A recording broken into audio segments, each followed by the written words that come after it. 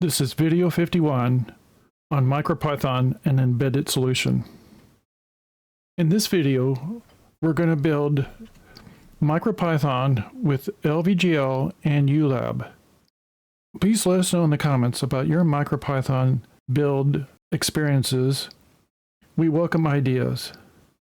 For this effort, we are using an Ubuntu virtual machine. Our test rig will be one of our standard MicroPython Pico boards that uses the ILI 9341 display with the touchscreen. So we'll verify that the firmware works on that test rig.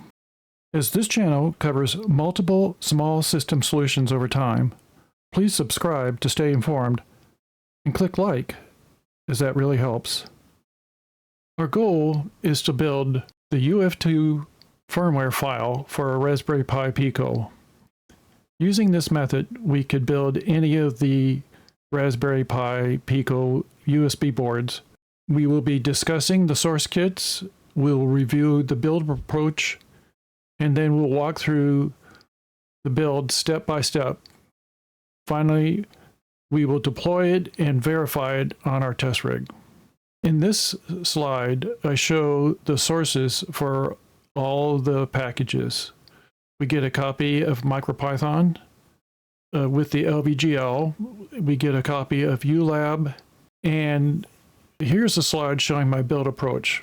First, I install the prerequisites. Then I build the cross compiler. I make sure I have a clean environment. I do the sub-modules build. And finally, I do the make build, which actually creates the firmware. In order to get there, I have to install several prerequisites. This is a list of the Ubuntu prerequisites that I use when I do a build. Now I'm going to step you through the build. We begin the build process by opening a terminal, and we'll cd into the documents folder where we'll build our environment. First thing you should always do is do a sudo apt update.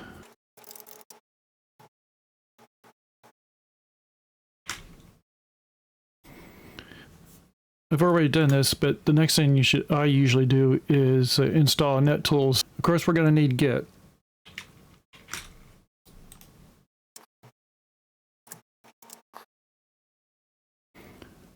Next, I like to see Chromium on my Ubuntu, so I'll install that.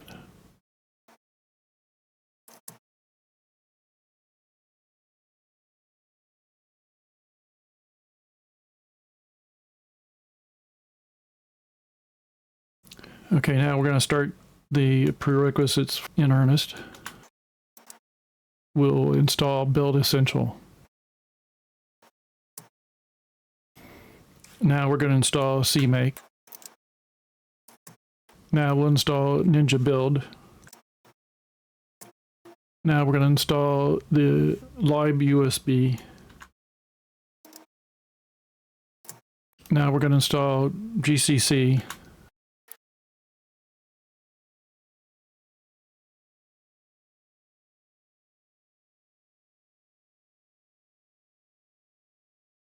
Okay, now we're going to start to download the source.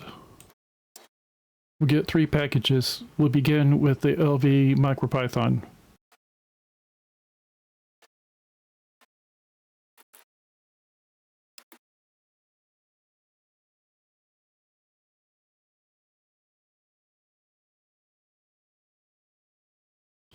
Now we'll change our directory and get inside the LV MicroPython that we just loaded onto the system. Now we're going to cd into user modules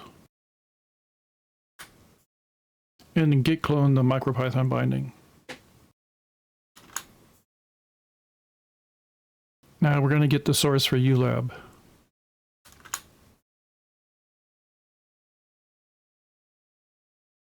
Now we're going to cd back to the LV MicroPython directory. And we're going to build the cross compiler environment.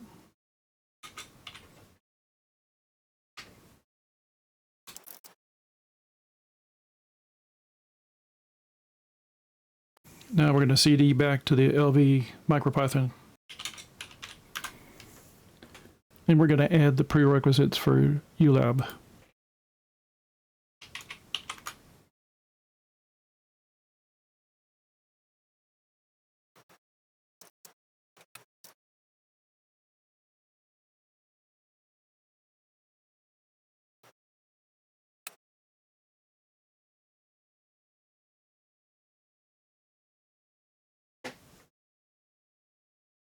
We're going to do the same for the Pico SDK. Now we're going to CD into the Pico SDK library and add the submodule for the tiny USB.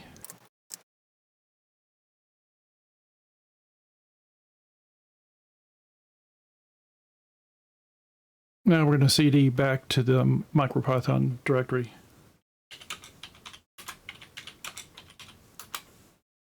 And let's do one final submodule update.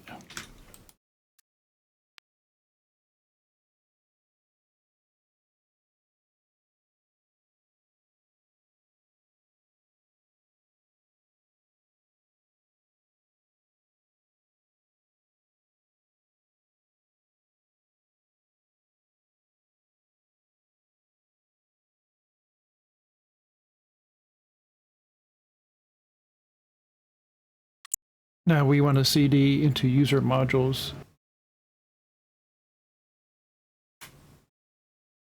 And we want to create a CMake file.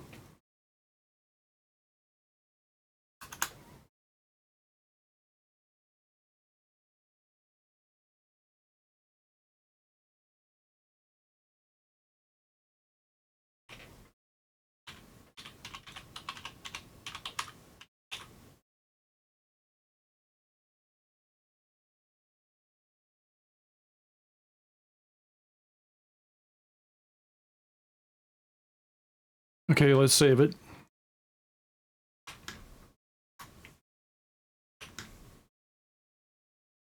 And CD back to the MicroPython directory.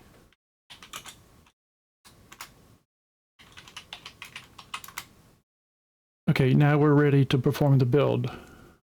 To perform the build, you need to know the name of your board. For example, we're going to build board RPI_Pico. Always begin by creating the submodules.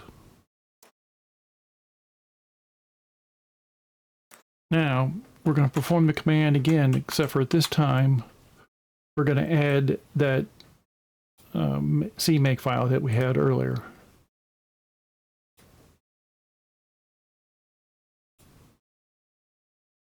Now we're ready to do the actual build.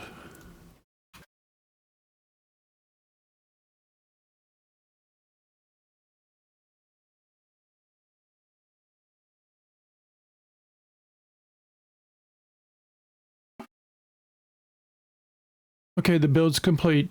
We can go back to our MicroPython environment.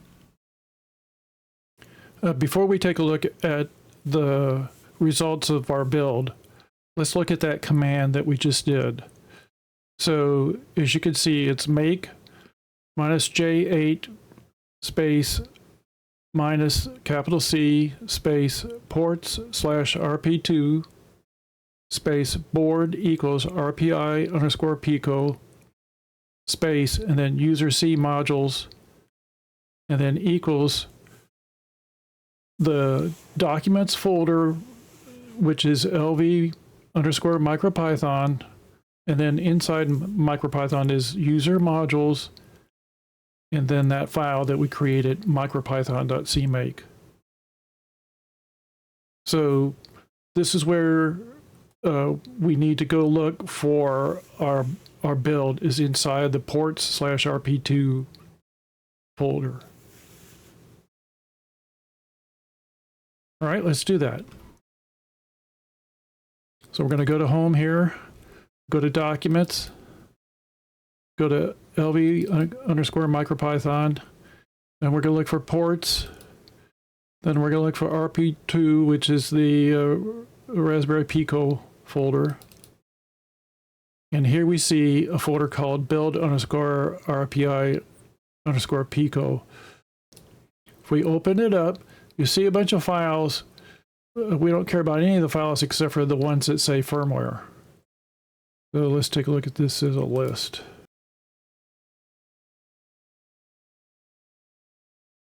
Okay, so here's the most important file, the firmware.uf2. So I usually distribute all the firmware files just in case somebody needs it. But the file that you use to put on your Pico is this one. And you put it on by pressing the button on the Pico and then plugging in the USB cable into your desktop when you do it that way, and then let go of the button. Up will pop a virtual drive. You then drag this file into that virtual drive and wait for it to finish. And when it finishes, you'll have MicroPython on your Pico.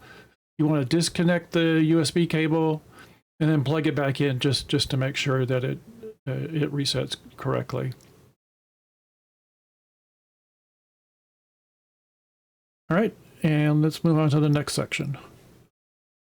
And now let's see if it's working. So we do that by opening up Thony, and we can see that it is indeed working. So let's move this around a little bit. So you can see it's been installed today, 2025, August 20th. It says version 1.20, but we know that it always says that from the LV MicroPython folder. All right, let's see if we can test this. Let me set up a test rig. Give me a second. Okay, I've loaded the Raspberry Pi Pico with its standard drivers, and I've got our test program that we typically use on a new Pico, the test button program, ready. So let's stop the MicroPython and click the green run icon. Okay, it's telling me that it is running LVGL 9.3.0 on the LIL9341 display, which has got the button that says 1 on it. I'm going to click the button several times here, and you can see each time I click it, it says click button and increments the counter.